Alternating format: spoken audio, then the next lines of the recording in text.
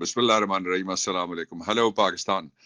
آج ایسے موضوعات ہیں جیسے آپ نے شاید ہی کبھی سنے ہو. ان میں سے سب سے پہلا موضوع یہ ہے کہ جو عمران خاندان اور عمران کی بہنوں کی دشمنی میں شریفوں نے کیلنڈر بدل دیا ہے. وہ کیسے، اس کی میں آپ کو ایک تحریری دستاویز دکھاؤں گا، آپ حیران ہو جائیں گے. ویسے تو آپ جانتے ہی ہیں کہ بچپن سے ہم سنتے آ رہے ہیں کہ 30 دن ستمبر کے، اپریل، جون، نومبر کے، فیبری کے ہیں 28، باقی سب کے 1 اور 30. فیبری جب لیپ کا آئے 28 میں ایک اور بڑھائے. اس کا مطلب یہ ہوا کہ فیبری جنرلی لیپ کے سال کے علاوہ وہ ہوتا ہے 28 کا، اور جب لیپ کا سال آ جائے تو اس میں فیبری میں ایک اور بڑھائے، یعنی 29 کا ہو جاتا ہے. تو انہوں نے 30 فیبری کا ایک کیلنڈر نیا بنا دیا ہے. دوسرا یہ کہ باغ الیکشن کی دھاندلی کی ایک ویڈیو سامنے آئی ہے، اور ویڈیو سیلف سپیکنگ ہے، اس پہ میرے کو کسی کامنٹ کی ضرورت نہیں ہے. وہ ذرا ویڈیو پہلے ذرا دیکھ لیجیے آپ. تو یہ دیکھیں اندر ہے بیلٹ پیپر اس کے ہاتھ میں ہے، اور یہ دیکھیں یہ بیلٹ پیپر ضیاء قمر کے ساتھ والے بندے پہ میں زوم کر کے دکھاتا ہوں. یہ دیکھیں یہ ضیاء قمر ساتھ ہے، پیچھے جا کے اس نے ٹھپے لگائے میرے سامنے. ہاں ٹھپے لگا رہے ہو، پورا پولیس اسٹیشن بلیک ہو گیا. اور یہ دیکھیں اور پورا پولیس اسٹیشن بلیک ہو گیا. ایسی صاحب اس کو ابھی سمجھانے کے لیے اندر آئے، وہ پیچھے بیلٹ پیپر اس بندے کے ہاتھ میں ہے. یہ دیکھیں پیچھے سے ٹھپے لگ رہے ہیں، ٹھپے یہ دیکھیں پیچھے ٹھپے لگ رہے ہیں، وہ پیچھے ٹھپے لگ رہے ہیں. وہ پیچھے دیکھیں، یہ دیکھیں ٹھپے لگ رہے ہیں. اور یہ دیکھیں ان کو یہ پتہ نہیں ہے کہ بھائی شیشے سے کچھ نظر آ رہا ہے. میں تمام تر یہ دیکھیں پہلے پریزائڈنگ آفیسر کو آ کے گالیاں دی ہیں ضیاء قمر کے بندوں نے، اور اس کے بعد پولیس اسٹیشن پہ قبضہ کر لیا ہے. اور یہ دیکھیں اپنے گنڈے. اب میں آپ کو یاد دلانا چاہتا ہوں یہ ویڈیو دیکھنے کے بعد کہ آپ کو یاد ہوگا کہ ایک ڈسکا میں الیکشن ہوا تھا. ڈسکا کے الیکشن کے حوالے سے جس میں پاکستان تحریک انصاف کو کامیابی ملی تھی ضمنی الیکشن میں، اور اکثر جو ضمنی الیکشن تھے وہ پاکستان تحریک انصاف کو پنجاب میں ہروائے گئے اور سندھ میں ہروائے گئے. تو وہ کیوں ہروائے گئے، کیسے ہروائے گئے، اس کا جو سٹڈی کیس یا کیس سٹڈی ہے وہ ہے ڈسکا کا الیکشن. ڈسکا کے الیکشن میں یہ ہوا کہ جو ہاری ہوئی خاتون تھی اس نے کہا کہ 20 الیکشن کے پولنگ سٹیشنز ایسے ہیں آؤٹ آف 450 سم تھنگ جن کے اوپر اس کو دھاندلی ہے. اس لیے وہ انہوں نے کہا جی کہ یہ سارے پولنگ سٹیشن جو 20 ہیں ان کو دوبارہ سے ری چیک کیا جائے اور یہاں پہ ری کاؤنٹ کروایا جائے، اور اگر ری کاؤنٹ میں کوئی گڑبڑ نکلتی ہے تو اس کو ریکٹیفائی کیا جاتا ہے. نمبر 1، اگر گڑبڑ نہ نکلے تو پھر اس میں ری الیکشن ہو جاتا ہے. لیکن وہ پورے کا پورا الیکشن اڑا دیا گیا. اب سوال یہ پیدا ہو گیا ایک بہت بڑا کہ اس ویڈیو جو ابھی آپ نے سنی ہے، اس کے سننے کے بعد یہ طے ہو گیا ہے کہ یہ الیکشن جو آئین کا آرٹیکل 218(3) ہے جس کے اندر لکھا ہوا ہے کہ election commission shall organise hold. ایک تو یہ ہے کہ وہ آرگنائز کرے، پھر ہولڈ کرے، کیسے منعقد کروائے گا، وہ free, fair and transparent election. پہلے تو فری ہونے چاہیے جن میں کسی کی مداخلت نہ ہو، یہ مداخلت کا اعتراف جرم ہے. دوسرا فیئر ہونے چاہیے، یعنی ساری پارٹیوں کو الیکشن لڑنے کا موقع ملنا چاہیے. وہاں تو عمران خان کا نام ہی نہیں تھا اس الیکشن میں کہ جی آپ نام ہی نہیں لے سکتے، اور عمران خان، لفظ عمران بھی آپ ٹیلی ویژن کے اوپر، یہ کیسی فیئرنیس تھی؟ یہ تو بڑی الٹیمیٹ قسم کی سینسرشپ تھی. اچھا، تیسرا یہ تھا کہ ٹرانسپیرنٹ، یعنی ہوتا ہوا الیکشن نظر آئے. تو یہ تو ہوتا ہوا نظر آ رہا تھا. جو پی ڈی ایم ایک دوسرے کے گلے پڑی ہوئی آج کل، وہ کہتے ہیں نا کہ thief fell apart when they want to distribute the money of the theft، کہ چور اس وقت لڑتے ہیں جب وہ چوری کی رقم بانٹ رہے ہوتے ہیں.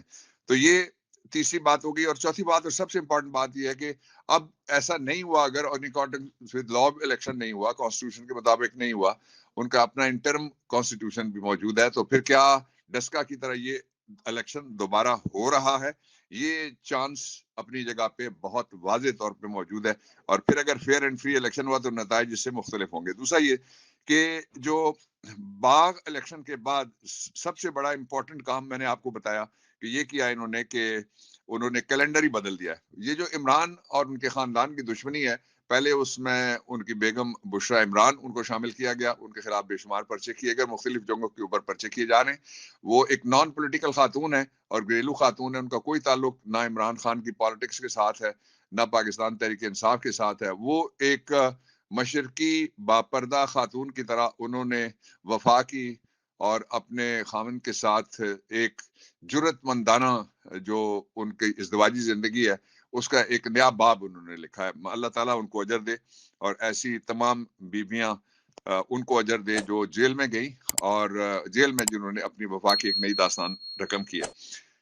ان میں سے آج کچھ کو ملی ہے ضمانت. آئی ہوپ کہ ان کو دوبارہ، پہلے بھی اغوا کیا گیا تھا غیر قانونی اور غیر آئینی طریقے سے، اب نہیں کیا جائے گا.